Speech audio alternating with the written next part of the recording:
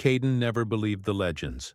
The old soldiers whispered them around campfires, scraps of stories about a titan buried somewhere in the stone veins of the dead moon Carthus 9. They said it was a monster, a god killer, a civilization destroyer. They also said it had been chained for 500 years by the very empire that now enslaved humanity. Grim tales meant to frighten restless recruits. Caden used to roll his eyes at them. He was practical. He believed in weapons, not myths. Then he saw the chains. The cavern was massive, larger than any human-built structure could dream of achieving. Its walls glowed faintly with natural bioluminescent minerals, casting silver pulses across the rough surfaces. And right at the center sprawled a figure so huge that Caden's entire battalion could lie along its arm without touching shoulder to shoulder. The titan looked carved from obsidian and dark iron, covered in broken armor plates fused into its flesh. Heavy shackles anchored into its wrists and ankles, each link thicker than a starship hull. Ancient restraints hummed with energy that never seemed to weaken. Caden walked closer, heart pounding, breathing turning shallow as his mind tried to comprehend what his eyes already knew. The creature was alive. Its chest rose and fell so slowly he almost missed it. A dormant star under a mountain of metal. He had been sent alone, not to observe, not to secure, to execute. The overseers feared a revolt from the enslaved humans on the frontier worlds. They wanted every hidden weapon erased. They handed Caden a device small enough to fit in his palm. A kill key. One switch, one strike. End the Titan forever. He thought he would feel proud. Instead, he felt sick. He approached the Titan's face, lifting the device. Its features were terrifying and noble all at once, like a warrior long forgotten by the history books. Its eyes were shut, but Caden sensed a storm waiting behind them. He swallowed hard. "I'm sorry," he whispered, not sure why he felt compelled to speak. The cavern trembled. Caden froze.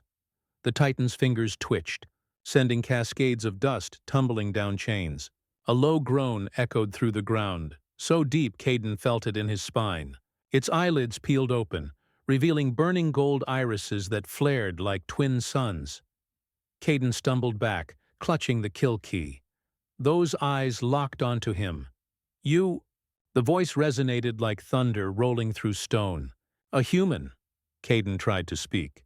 His throat failed him. He nodded barely. The Titan's gaze moved to the device.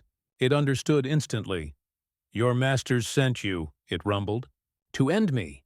Caden lowered his arm. "I don't take orders from monsters." The Titan let out a bitter laugh. "Do not speak of monsters while carrying the chains of tyrants." Caden flinched. That cut deep, deeper than any blade. He had worn those chains his whole life. He knew the truth in that accusation. He stared up at the ancient being. "Are you going to kill me?" "No," the Titan breathed, its enormous head lowered, eyes softening. "You woke me." Caden shook his head. "I didn't do anything." "You spoke," the Titan replied. "No one has spoken to me in 5 centuries.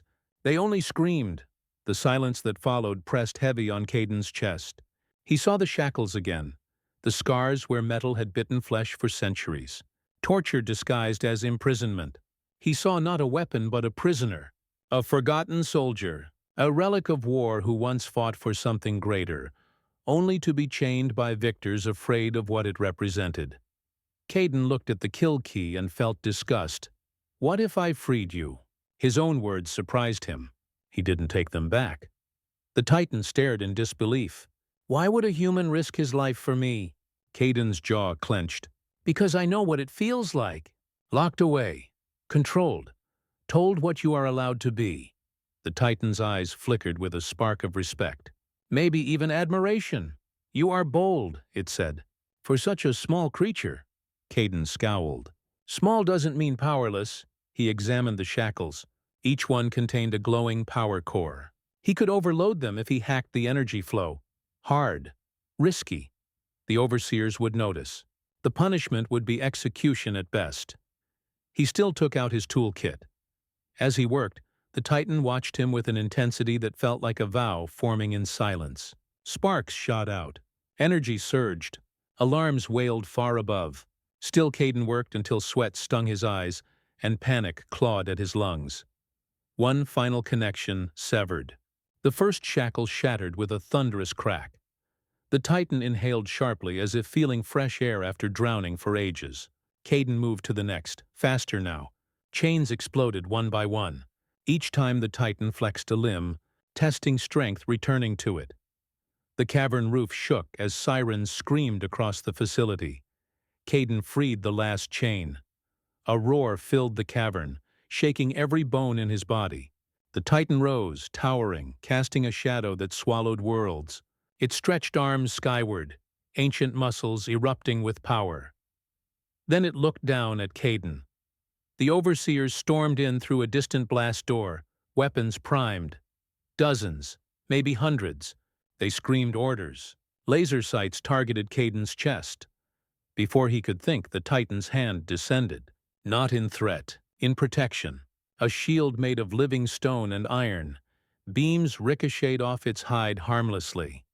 "You chose mercy," the Titan boomed, voice echoing like destiny itself. "Now you have a protector." It stomped forward, the ground splitting with every step. Energy crackled from its body like lightning unleashed after centuries of restraint.